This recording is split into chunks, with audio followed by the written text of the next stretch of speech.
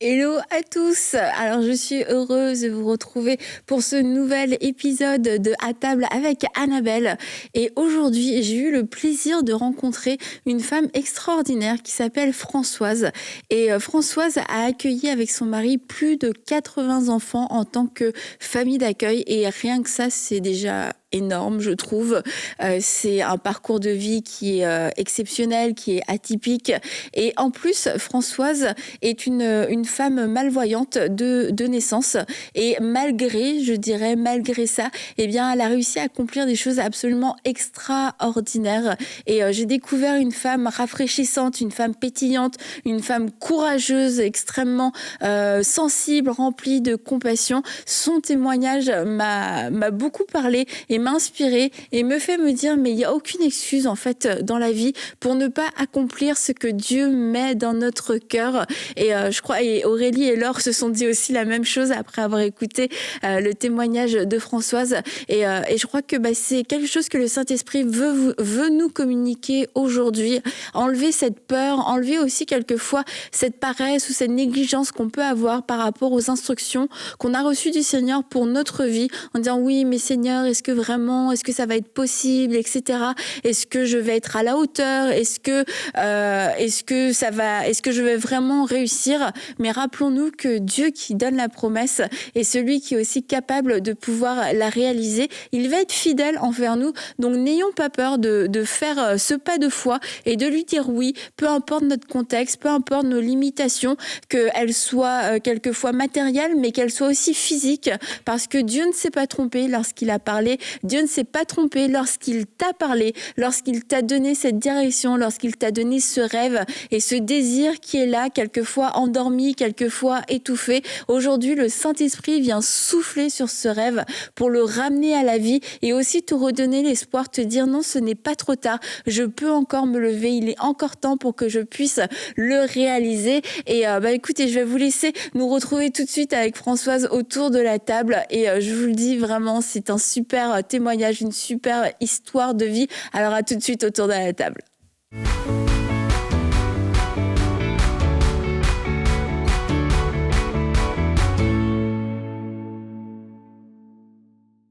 Bonjour les filles, vous allez bien aujourd'hui?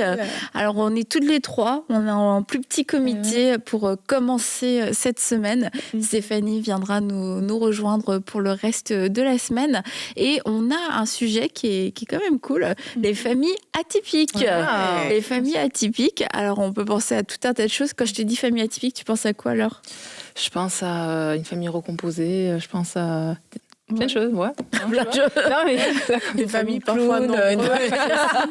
Ouais, familles nombreuses. Des familles, il y a plein d'enfants qui viennent de différents endroits, par exemple. Ouais, nombreuses, recomposées, différents endroits. C'est sûr, une famille atypique, au final, je suis même pas sûre que ce soit un vrai titre parce que par définition, une famille, chaque famille est unique. Donc, quelque part, chaque famille est atypique.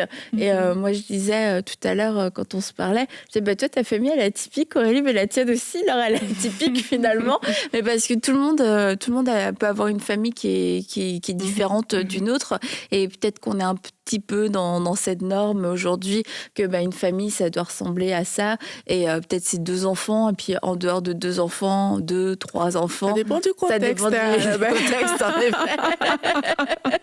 Que tu déjà une famille atypique, mais tu vois même nous le fait d'avoir une seule fille et d'avoir atypique. Ouais voilà, c'est atypique aussi. Mais tu vois on n'y pense jamais quand tu dis famille atypique, on va plus penser à famille nombreuse, mais d'avoir une enfant ou un enfant unique, c'est pas forcément répandu. Nous, on connaît très peu de gens au final qui ont qu'un enfant. J'en connais pas. Là, on est dans une société quand même où il y a tellement de choses qui se mettent en place et on peut retrouver de tout. dans une maison, mais vraiment de tout. Et du coup, je te rejoins complètement quand tu dis que le mot atypique, au final, c'est toutes les familles. Ouais, c'est ça. Au final, et le plus important, c'est d'être une famille à ce moment-là. Voilà. Non, mais peut-être que quelque part, atypique, tu le vis mieux que de te dire on est une famille bizarre ou j'ai une famille bizarre. C'est mieux dit comme ça. Non, mais souvent, tu rencontres pas, tu sais, des gens, souvent, ils vont dire ah, mais moi, ma famille, elle est trop bizarre, ma famille, elle est trop spéciale. Et il y a une connotation un petit peu plus négative. Ouais, voilà. Alors que si tu dis non, ma famille, elle est atypique, tout de suite, c'est un peu plus exotique, je trouve. C'est original. En plus, c'est mieux que bizarre. Mais une famille atypique, bah ouais, c'est ça, c'est finalement le titre est pas terrible. Non, mais c'est vrai. Puis c'est vrai que tu réalises qu'on peut quand on pense atypique, on va penser peut-être au format. On va se dire, voilà, les parents sont, voilà, tout ça, il n'y a pas de famille recomposée.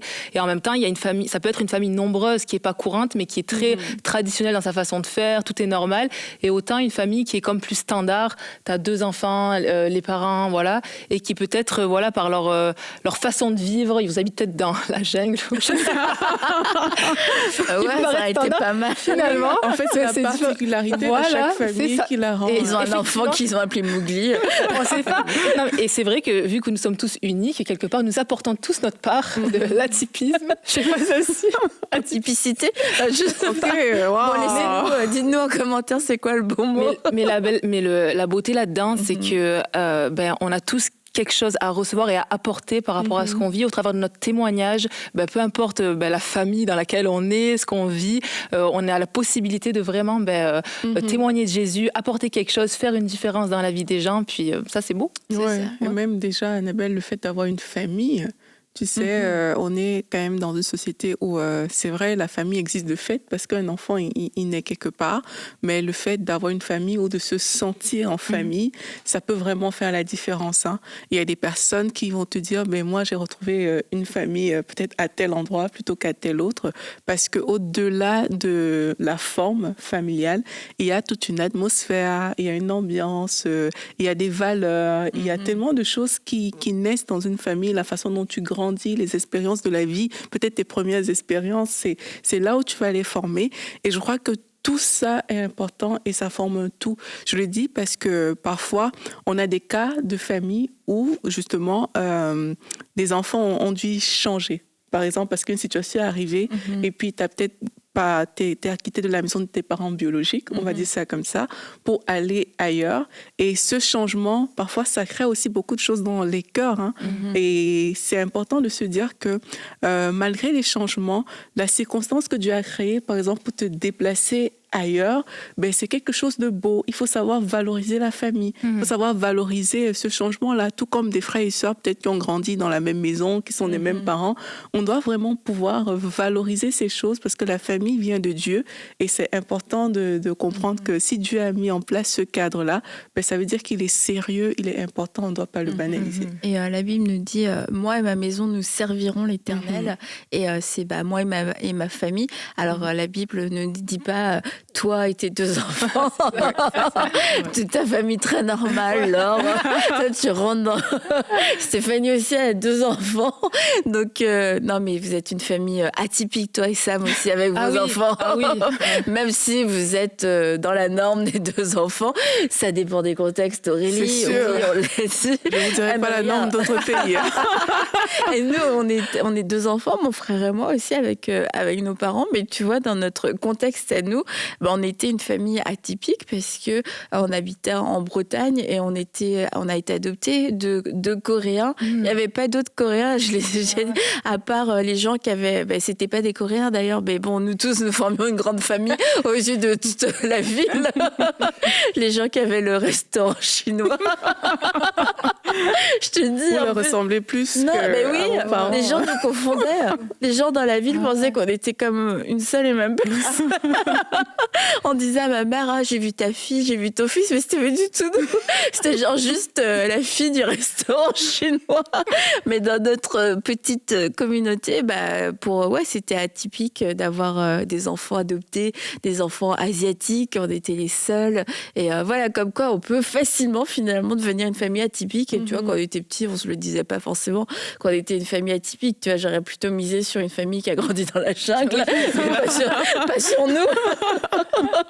Et puis aujourd'hui, on a le privilège de recevoir une femme qui a une famille.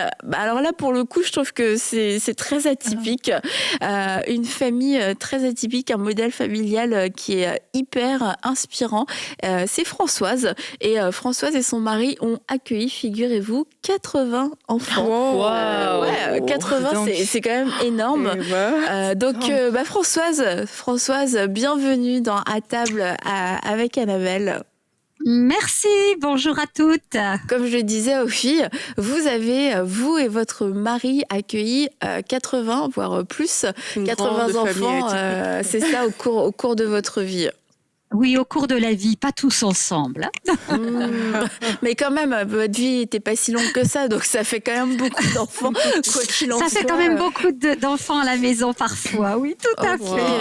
Ah ouais, et du coup, vous avez fait ça pendant combien de temps ? Pendant 35 ans.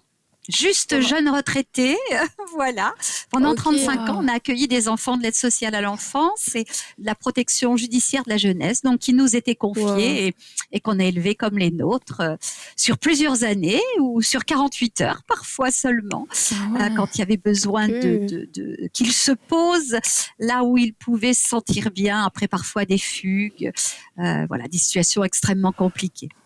Ok, et vous êtes aussi maman de 4 enfants. Donc c'est déjà 4 enfants, une famille nombreuse en plus, 4 enfants donc, dans tout ça. Et comment c'est venu ce désir de devenir famille d'accueil ? Alors, déjà, quand on s'est mariés, j'avais 18 ans et mon mari Christian 20 ans. D'emblée, en s'unissant, on voulait vraiment que notre maison puisse être un lieu où se manifeste l'amour de Dieu. C'était moi et ma maison, nous et notre famille, nous servirons l'Éternel. Et il nous semblait qu'on était des miraculés déjà, de par notre histoire personnelle et en nous unissant, on voulait que ce qui avait touché notre vie puisse aussi être source de bénédiction pour d'autres. Alors, on savait pas trop comment ça allait se passer, 18-20 ans, un an après notre première fille, et puis très vite cette volonté de rejoindre les enfants qui avaient souffert, qui étaient en difficulté, peut-être parce que par mon propre handicap, malvoyante de naissance, j'avais été confrontée à la tristesse de certains enfants exclus, abandonnés, maltraités. Donc quelque chose naissait dans notre cœur d'une vision pour notre famille, de telle façon qu'elle pourrait faire du bien. Puis de fil en aiguille, donc très vite j'ai eu mon agrément, et puis on est passé de 1 à 2 à 3, à un agrément pour 4, et puis voilà, cette famille qui se recomposait tout à nouveau permettait aussi de faire de l'accueil d'urgence, ce qui a fait le nombre, là sur des temps beaucoup plus courts, pour pouvoir juste faire souffler ces gamins, et puis évaluer comment les réorienter. Donc, sur 35 ans, il y a ces enfants qu'on a élevés comme les nôtres. Alors, c'est pas de l'adoption, mais en tout cas une vraie adoption de cœur. Et puis ceux à qui on a donné la main pendant un mois, 3 ans, 5 ans, 10 ans.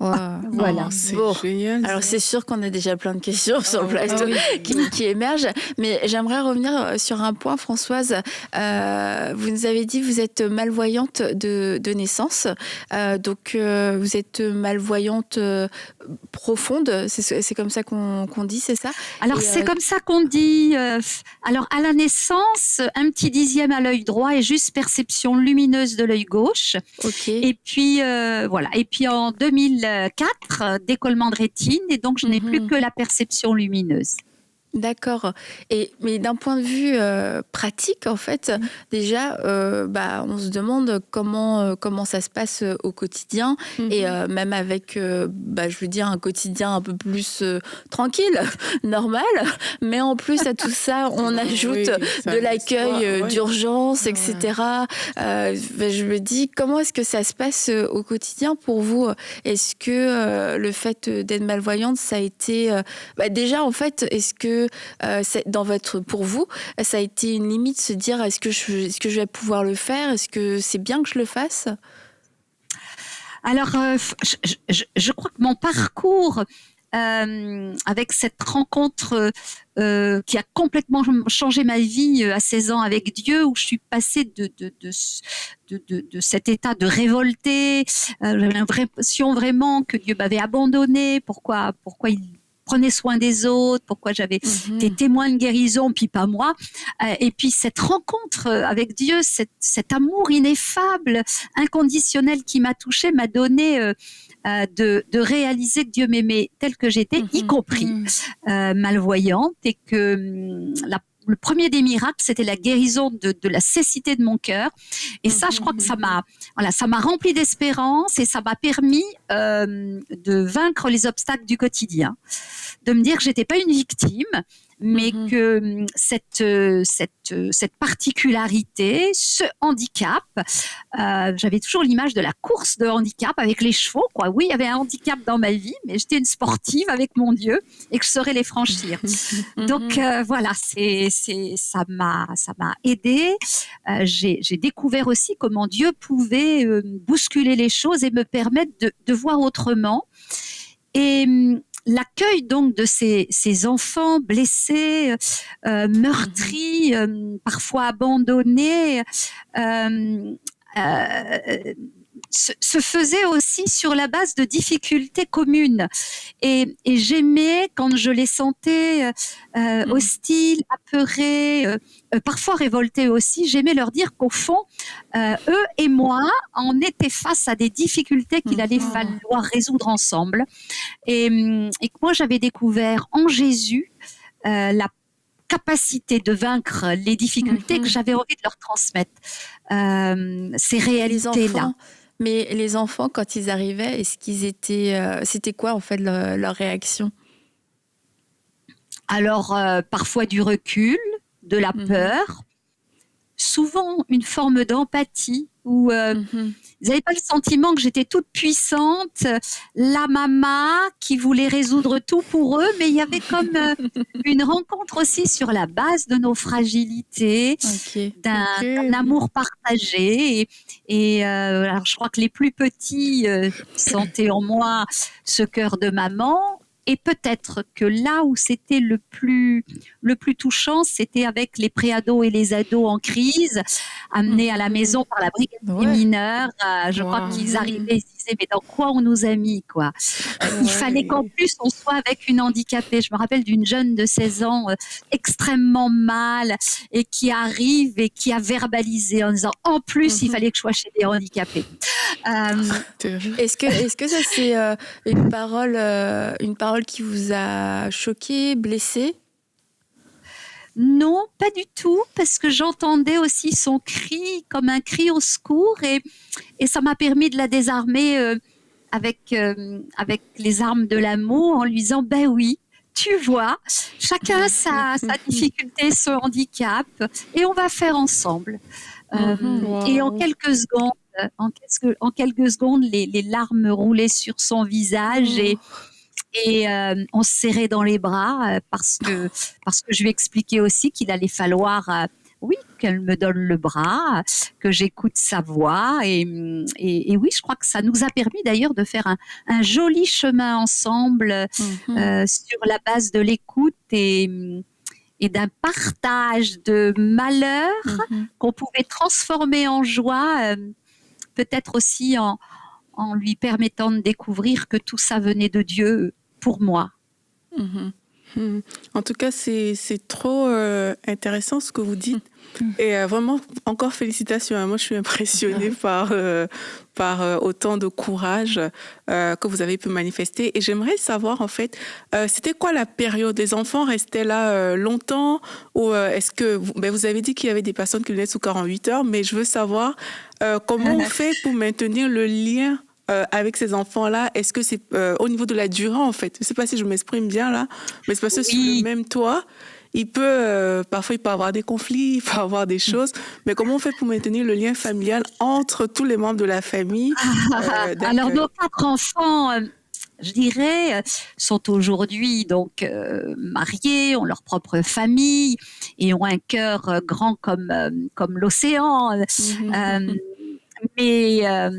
ont aussi fait le choix de suivre Jésus. Mais oui, ils ont parfois souffert de ce qui traversait notre maison, hein, cette violence parfois, tous ces symptômes liés aux histoires de ces enfants bousculés par la vie de leur tendre enfance. Donc, il a fallu qu'on prenne le temps, d'abord, toujours de dire la vérité. Voilà, nos enfants, c'était nos enfants. Les enfants qu'on accueillait, il y en a 2, par exemple, Laetitia et Sabrina, des petites jumelles qui sont arrivées à 10 mois, qui ont plus de 30 ans aujourd'hui. C'est nos filles de cœur. On les a pas adoptées, mais c'est nos filles de cœur. Mais on n'a jamais utilisé le mot adoption. Elles n'étaient pas adoptables.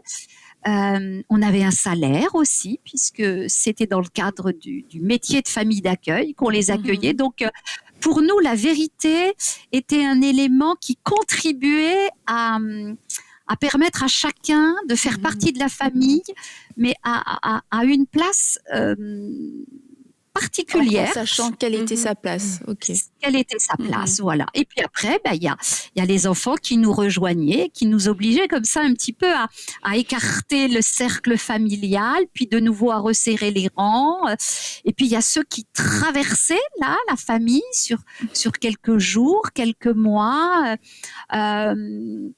Combien de fois aussi on s'est posé tous ensemble, on a laissé exprimer chacun sur ce qu'il vivait, sur ses joies, ses peines, ses colères. La parole devait être libérée régulièrement pour que les frustrations ne laissent pas grandir des sentiments d'amertume, de colère. Et on apprenait aussi à demander pardon à nos propres enfants, aux enfants qui se sentaient lésés. Voilà, la parole était libératrice, la prière nous aidait aussi à offrir au Seigneur ce qu'on sentait ne pas pouvoir faire nous-mêmes.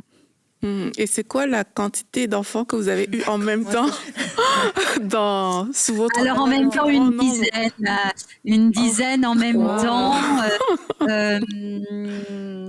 avec mais je dirais qu'il y a les familles nombreuses existent, il y a une dynamique aussi qui s'établit c'est ça. Avec on se lève tous ensemble, on fait la vaisselle tous ensemble. Il y a aussi même une joie peut-être à vivre la famille autrement dès l'instant où c'est fait de façon chacun a sa place, mais chacun a sa part aussi. C'est notre maison, notre maison commune. Alors oui, c'est pas maman qui fait les lits, qui pleure parce que le coffre à linge déborde et qui se gratte la tête parce qu'elle sait plus quoi elle va faire à manger. C'est tous ensemble, on est famille et donc on participe. Et quand on le fait ensemble, en chantant des cantiques, en se racontant la journée. Mais c'est vraiment c'est un peu l'ambiance colo, quoi. C'est super inspirant. Moi, je suis admirative. Je sais que des fois, rien que ça peut être difficile dans une famille singulière. Enfin, je sais pas comment, voilà. Mais du coup, est-ce que mine de rien, les enfants prenaient vite le pli? Est-ce que ils se laissaient porter par la dynamique familiale? Ok, bon, il y en a qui rangent, ça me motive aussi moi à participer, peut-être à faire la vaisselle. Est-ce que le pli se prenait assez rapidement quand même? Rapidement, faut pas exagérer. Il y a toujours les vilains celui qui s'oppose, qui refuse. Je dirais ça, c'est la dynamique, c'est le mouvement, c'est ce qu'on a cherché à transmettre.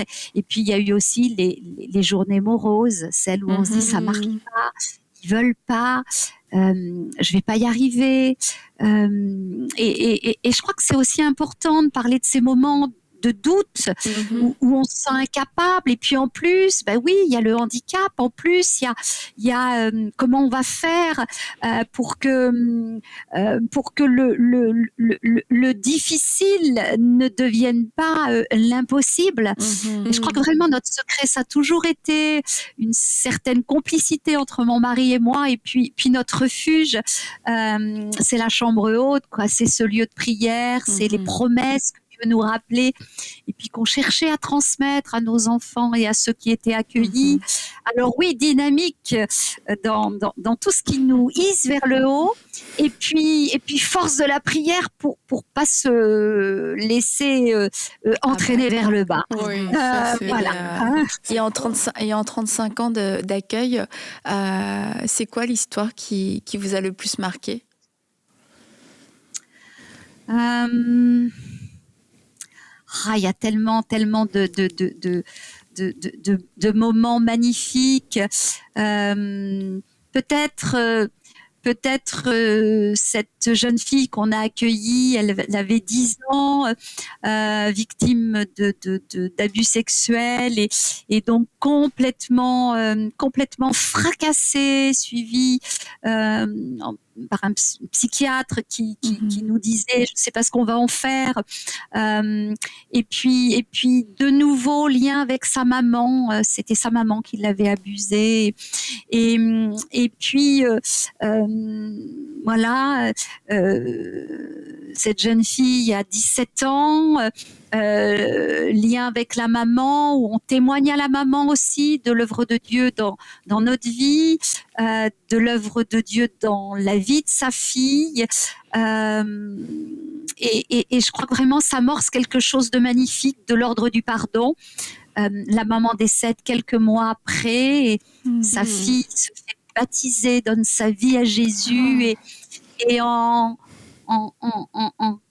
3, 4, 5 années, elle guérit de ses blessures, elle épouse un chrétien, elle sert le Seigneur avec lui et il reste quelques fragilités émotionnelles, mais une vie totalement transformée par la conscience que Dieu avait prévu aussi cet accueil chez nous dans des conditions extrêmement difficiles pour qu'elle puisse guérir, vivre le vrai pardon et rencontrer le Papa Céleste, celui qui pouvait l'accueillir telle qu'elle était et lui donner une nouvelle espérance, une nouvelle vie. Alors c'est un chemin plus qu'un moment, mais en tout cas, c'est ces belles histoires. C'est une histoire. Sèche les larmes. Oui, et nous font oublier les moments de crise. Ouais. Quand j'entends une histoire comme celle-là, vous avez dit c'est un chemin. Et moi, je me demande comment on fait quand c'est autant d'enfants pour prendre un chemin avec chacun. Qu'est-ce que vous avez mis en place pour que chaque enfant soit rejoint dans ses désirs, dans, je ne sais pas, ses attentes, etc. Est-ce qu'il y avait quelque chose qui était clairement établi ou alors ça se faisait un peu au feeling, peut-être en fonction du temps, des moments, de l'enfant, etc. C'est une question, qui mérite toujours réflexion parce que je crois que c'est les deux à la fois. C'est-à-dire que c'est vraiment une vie de famille et il faut arriver à créer une dynamique qui met en lien les uns avec les autres et ce qui stimule ça met au travail comme ça aussi les différentes sensibilités au sein de la famille et je crois que le chemin est le même pour toute la famille.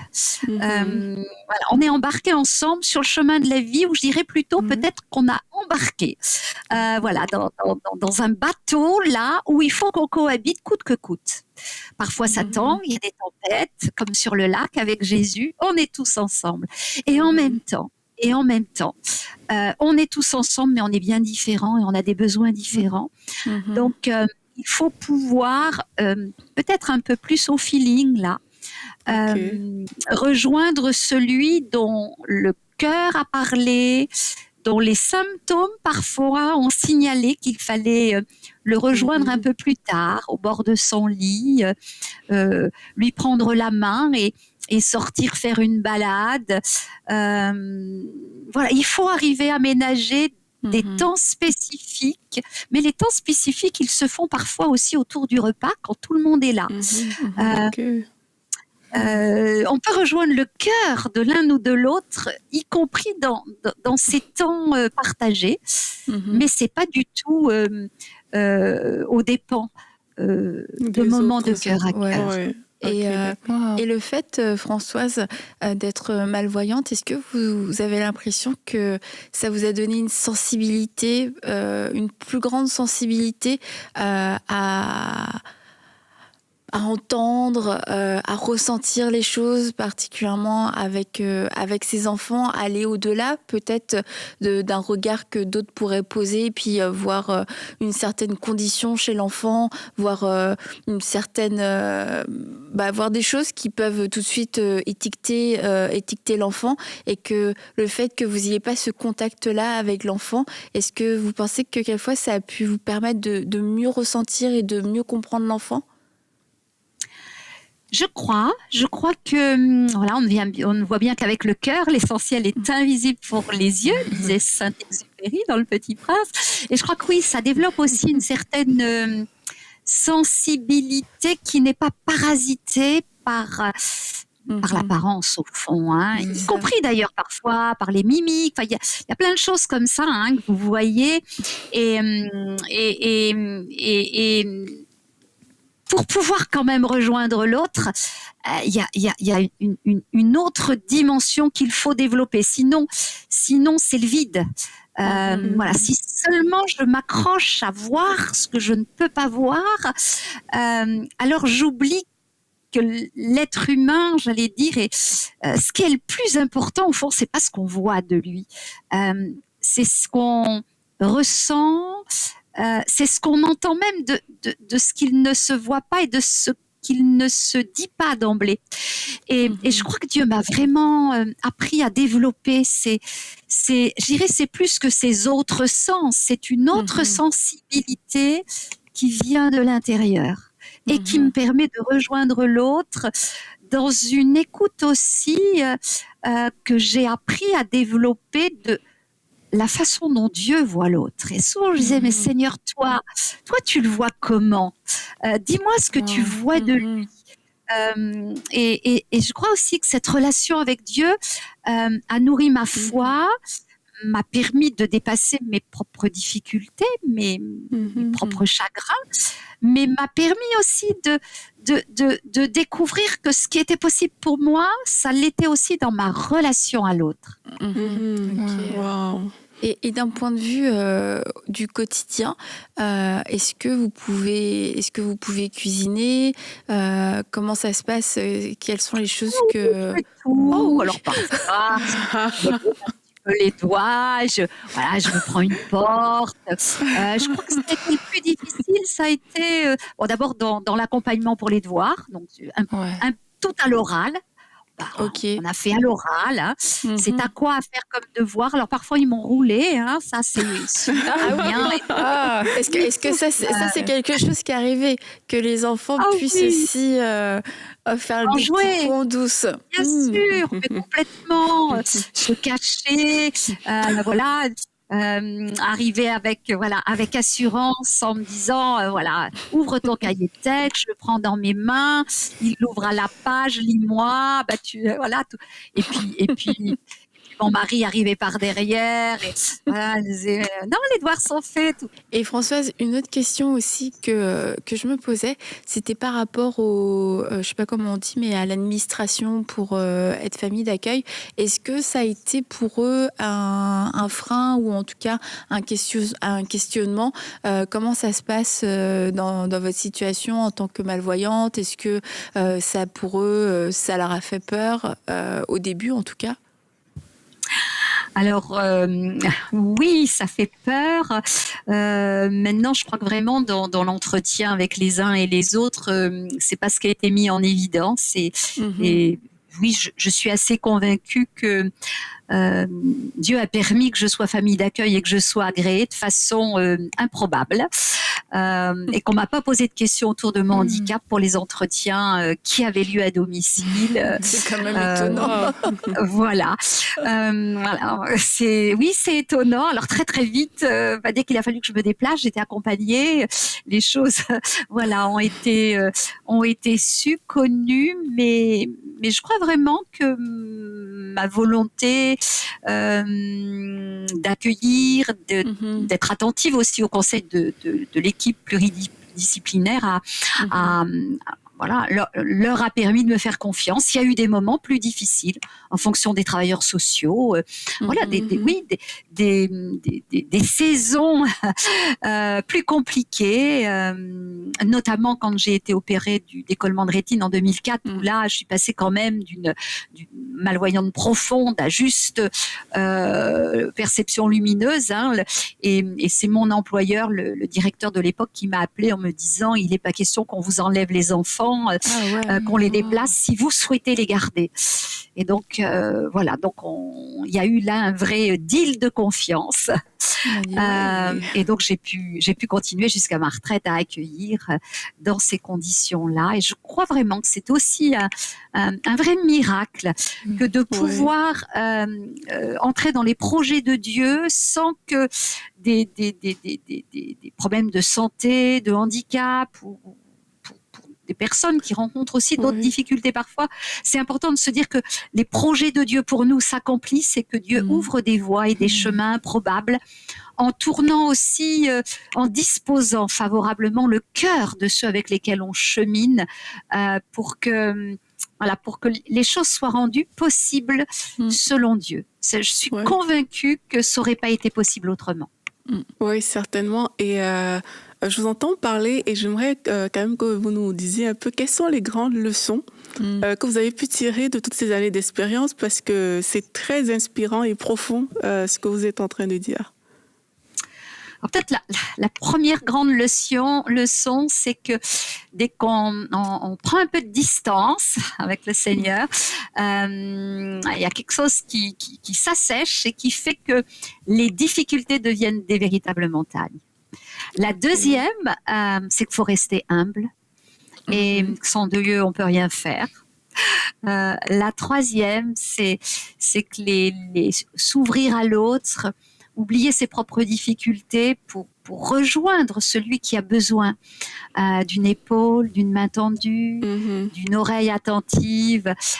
C'est aussi une véritable source de joie et de réconfort. C'est l'arroseur arrosé. Plus je donne, plus je m'ouvre à l'autre, et plus aussi il y a quelque chose qui se passe en moi, de l'ordre d'une bénédiction qui vient de Dieu, mais qui vient aussi de ceux et celles qu'il a placés autour de nous. Ça me fait trop penser, quand vous parlez, à quelque chose que Heidi Baker avait dit dans un de ses livres. Elle avait dit qu'elle pensait qu'elle allait au Mozambique pour aider les enfants qui étaient dans de mauvaises conditions. Mais en fait, c'est elle que ça a aidé, en fait, dans le sens que c'est elle qui a été bénie. Elle est ressortie de là grandie, touchée. Et quand j'entends également Françoise parler, cette phrase que vous venez de dire, c'est clair que, en tout cas, le Seigneur a rendu, de ce que j'entends, beaucoup à votre cœur avec ces enfants-là. Et, vraiment, il y a quelque chose de partagé. Oui, tout à fait. C'est vraiment un parcours de foi aussi, de ce qu'on est en train d'entendre. C'est certain. Et on voit, un parcours de foi, parce qu'on voit que la foi est au cœur de votre vie, de votre quotidien, mais aussi de votre relation avec les enfants. Donc, comment est-ce que vous aviez le droit de partager votre foi à ces enfants qui étaient chez vous ? Alors, c'est complexe, le statut d'assistante familiale, puisque bien sûr, on n'est pas là pour endoctriner l'enfant, mais puisque l'aide sociale à l'enfance ou le service de placement familial choisit de confier l'enfant à une famille pour que cette famille lui permette de guérir un peu, de se construire, et d'avancer, c'est bien avec ce terreau-là qu'on pense que l'enfant va pouvoir avoir quelques racines et évoluer.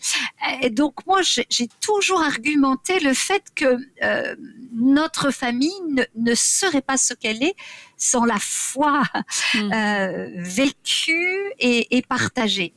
Alors, j'ai toujours fait la nuance entre l'endoctrinement, entre un prosélytisme qui fait que l'objectif premier serait de faire de l'enfant un petit disciple, et la transmission par l'exemple de ce qui me semble va pouvoir aussi l'aider aider l'enfant à découvrir qui il est au regard du Créateur. Donc voilà, c'est les arguments utilisés.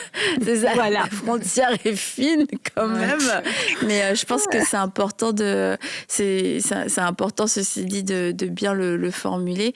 Et est-ce que vous avez déjà eu des avertissements ou des... Oui, c'est arrivé. C'est arrivé avec des entretiens un peu sérieux. Quand je dis musclé, toujours de façon très très paisible, mais il faut savoir voilà ce qu'on fait, pour qui on le fait, et puis avoir aussi bien connaissance de la loi. Et puis je crois qu'après les fruits parlent pour nous. C'est-à-dire que l'employeur peut me reprocher de m'asseoir Bible en main avec un enfant, de lui parler de ce qu'est le pardon, de la valeur qu'il a aux yeux de Dieu. Mais quand il est témoin de ce que ça produit chez l'enfant, dans le respect aussi de son histoire, donc dans cette volonté non pas de le convertir, mais de lui transmettre ce qui va être bon pour sa vie, et c'est à lui de choisir. Je veux dire, cet échange-là, je crois, a permis aussi à des travailleurs sociaux de découvrir eux-mêmes un peu de ce qu'ils ne comprenaient pas, qui faisait que notre famille avait autant d'énergie et autant d'impact dans la vie, non seulement des enfants qu'on accueillait, mais parfois aussi de leur propre famille, parce qu'on avait aussi des liens parfois avec les parents. Donc voilà quoi, hein, quand ça fait du bien, que c'est vu, ça permet du de négocier.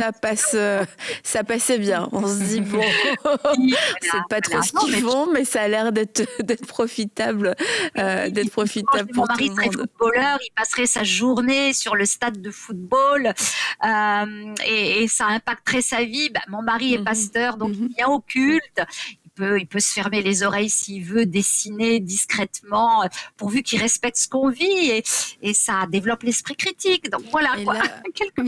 Donc ça veut dire que vous ameniez les enfants avec vous à l'église systématiquement. Ça faisait partie de la vie familiale. Complètement, puisqu'ils étaient élevés comme nos enfants, ils bénéficiaient aussi de tout ce que nos enfants vivaient. Alors, ils ont râlé aussi, comme nos propres enfants parfois. Le prédicateur était trop long, la louange était mauvaise, on leur avait pas dit bonjour.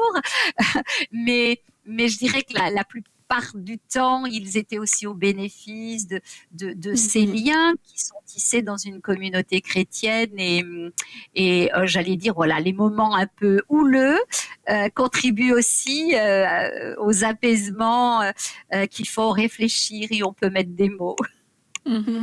Et c'est quoi le rapport peut-être que vous aviez avec les parents de certains de ces enfants-là?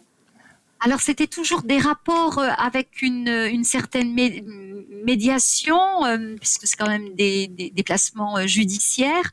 Mais en tout cas, voilà, parfois aussi parler de ce qu'on avait identifié comme besoin de l'enfant, les réponses aussi qu'on apportait, et puis des rapports qui se voulaient le plus apaisants possible, sans jugement.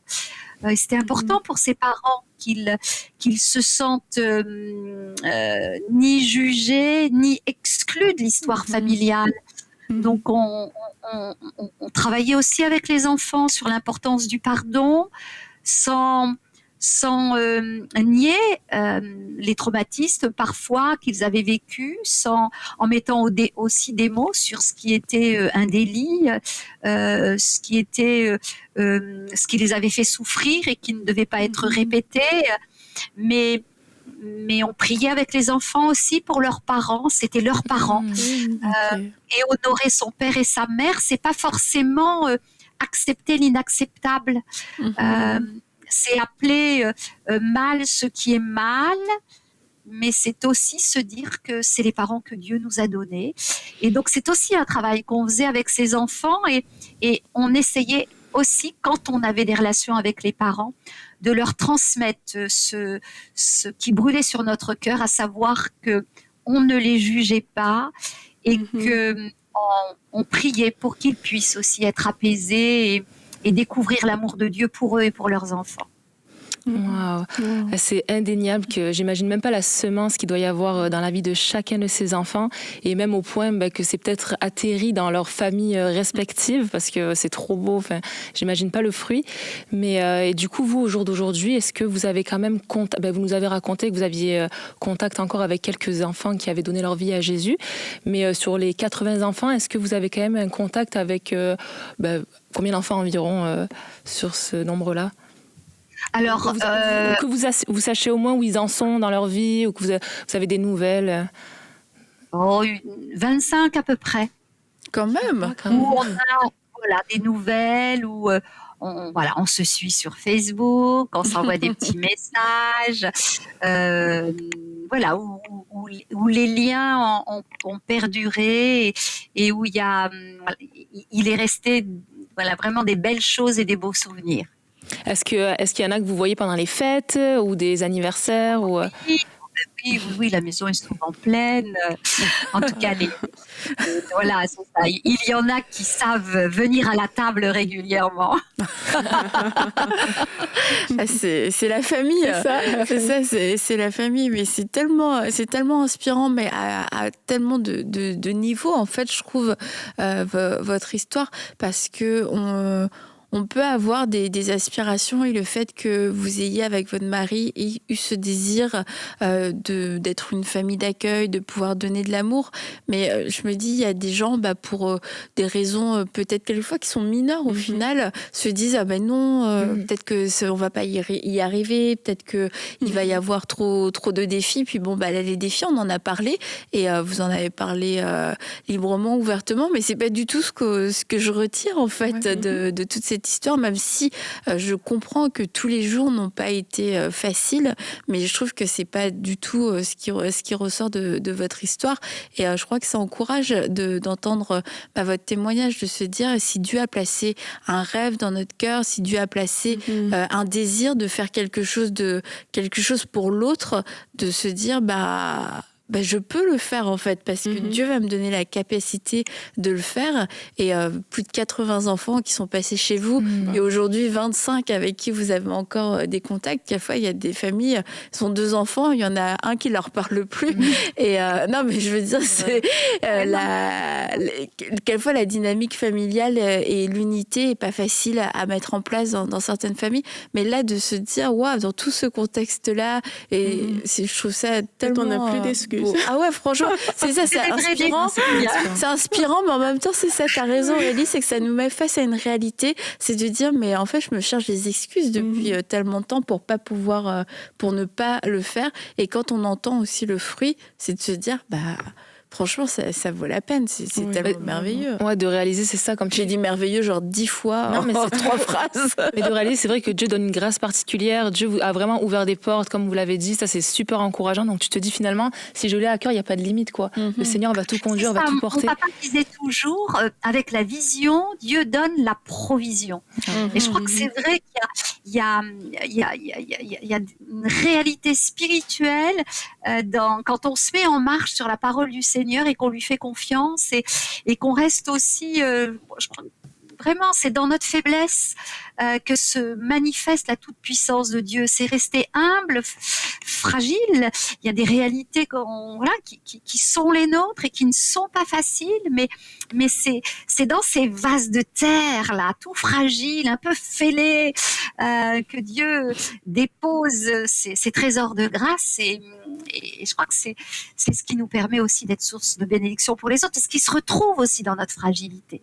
Je crois qu'il y a quelque chose qui nous met en relation avec les autres aussi de façon très, très apaisée, quoi. Ils découvrent en nous aussi des gens fragiles qui leur ressemblent, alors avec des histoires un peu différentes, mais la force de Dieu a transformé cette fragilité, cette faiblesse en un torrent de vie, quoi, qui fait du bien aux autres. Et puis voilà, quoi. On en sort aussi joyeux. C'est sûr. Est-ce que ça a aussi inspiré vos enfants à travailler avec des enfants, ou peut-être être famille d'accueil à leur tour? Ouais. Alors, pas famille d'accueil. Je crois que ça, par contre, Voilà, il disait non. Et voilà, voilà, école protestante, école privée hors contrat protestante. Donc c'est notre fille qui a mis en place ce projet avec 100 gamins de la maternelle au CM2. Et puis notre dernier fils, lui, a dit on continue avec le collège. Donc 55 élèves. C'est une belle relève. La troisième, donc avec un peu pour les enfants, parce que voilà, c'est des enseignants, mais qui transmettent aussi l'amour de Dieu, une école chrétienne. Donc oui, voilà. Et nos deux autres. Notre fille et notre garçon, on a 2 filles et 2 garçons, oui, ont quand je dis souvent un cœur grand comme un océan, traversé par les plus grandes tempêtes, mais où, voilà, avec le Seigneur on coule pas, on va de l'autre bord, il calme les tempêtes, et il nous rassure, et il nous permet de rassurer ceux qui embarquent avec nous. Alors, aujourd'hui, il y a de la place. Aujourd'hui, vous êtes présidente de la Fédération nationale des associations familiales protestantes. Peut-être pour résumer, ça veut dire quoi? Alors, oui, en France, on a la chance d'avoir un Parlement des familles avec l'Union nationale des associations familiales qui rassemble des mouvements familiaux bien différents, familles protestantes, catholiques, laïques, rurales, homoparentales. Toutes les familles sont représentées dans ce Parlement des familles. Et donc avec un mandat de défense et de représentation des familles. Donc, oui, moi je représente les familles protestantes évangéliques. Elles sont imparfaites, elles vivent plein de choses difficiles, mais la foi et l'espérance qui les animent leur permet peut-être de faire entendre leur voix autrement. Donc c'est ma mission au niveau national, auprès des ministres, des différentes commissions qui donnent la parole aux familles. Et puis j'anime un réseau de un peu plus de 180 associations familiales protestantes locales qui sont donc dans les différents départements et en Outre-mer et qui sont adossées à des églises et qui là initient donc des projets, portent des structures qui vont de l'accompagnement à la parentalité, au réseau des écoles chrétiennes, en passant par des épiceries sociales, de l'accueil des familles migrantes, aux actions de prévention dans les quartiers. Voilà, après, à faire. Donc, juste ça. J'essaye de dynamiser un petit peu les petites familles pour qu'elles osent ouvrir leurs portes, leur cœur et puis s'impliquer. Voilà, c'est notre mission à chacun. Allez, faites toutes les nations des disciples. Je pense ça part de la maison, ça passe par le quartier. Et parfois, ça va bien plus loin. Voilà. Mais sincèrement, on n'a vraiment pas d'excuses. Hein. Non, ça c'est clair. On entend ça parce que c'est quelqu'un qui a pris la parole de Dieu et a décidé de manifester vraiment de façon pratique et concrète dans la vie des personnes qui l'entourent.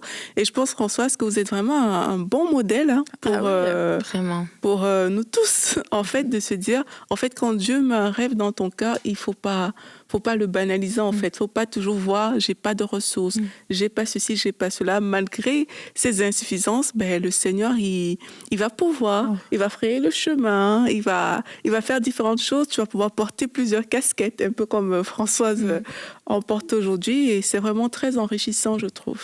On est le petit anon dont Jésus a besoin, qu'il faut aller détacher. Puis après, il porte plein d'autres choses qui donnent gloire à Dieu. Vous en êtes, vous et votre famille, un modèle, un modèle vivant. Et ce sera un couple d'anons. Un couple je le dirai à votre mari quand je le verrai. Jésus, on a besoin. Christian, je vous ai reconnu votre air d'Anon. Je pense que ça va lui faire plaisir. Mais merci beaucoup pour tout ce partage. Et puis, vous avez aussi, tant qu'à faire, Françoise, écrit un livre. Écrire un livre pour raconter votre histoire et dans laquelle vous parlez de la famille d'accueil, mais c'est particulièrement votre histoire histoire que vous nous partagez dans ce livre, La famille chevillée au cœur. Et donc, ce livre est disponible sur toutes les plateformes de vente. Alors, écoutez, moi, sincèrement, je l'ai pas lu pour l'instant, mais après vous avoir rencontré, Françoise, je me dis que j'ai besoin de lire ce livre parce que pour le peu de temps qu'on a passé ensemble, je me dis, j'ai envie de connaître plus l'histoire de Françoise. Donc, La famille chevillée au cœur. Vous l'avez écrit quand, ce livre ? Il y a 3 ans. Okay. Il est sorti il y a 3 ans. Et il est aussi en audio, et c'est l'une de mes filles et l'un de mes fils qui le lisent, parce que bien sûr, en tant que non-voyante, je voulais qu'il soit aussi accessible, mais je voulais pas qu'il soit lu par n'importe qui. Donc, ce sont mes enfants qui le lisent. Donc voilà, en audio et en livre aux éditions Première Partie. Excellent. Donc, je le redis, La famille chevillée au cœur. Et sincèrement, moi, je vais le lire. Et vous êtes... Oui, il y a encore une suite. Parce que bon, Françoise est à la retraite, vous avez compris aujourd'hui. Chroniqueuse à Phare FM. Phare FM, Essentiel Radio, voilà. Ah oui, et Essentiel Radio. Écoutez, vraiment merci Françoise. En tout cas, Dieu vous a donné une voix, et puis vous ne la gaspillez pas, vous ne la gâchez pas. Et c'est une vraie voix d'espoir, et une voix de... Bon, peut-être que le mot est pas juste, mais de quelque part, comme Aurélie l'a dit, c'est comme, elle l'a pas dit comme ça, mais on va dire du coup c'est toi, de correction, parce que quelquefois on peut tellement se cacher derrière tout un tas de choses, derrière tout un tas d'excuses, et puis votre voix nous rappelle, Françoise, que la voix de Dieu est ce qu'il y a de plus important, et que l'obéissance n'est pas conditionnelle en fait, et ce que Dieu a dit, il est capable de l'accomplir dans nos vies. Il sait à qui il a parlé, il sait à qui il a confié des plans. Et Dieu ne s'est pas trompé. Et on peut se voir dans nos capacités avec les moyens qu'on a, et se dire, c'est pas possible, en fait. Il y a un problème entre la mission et l'envoyé. Ça fonctionne pas.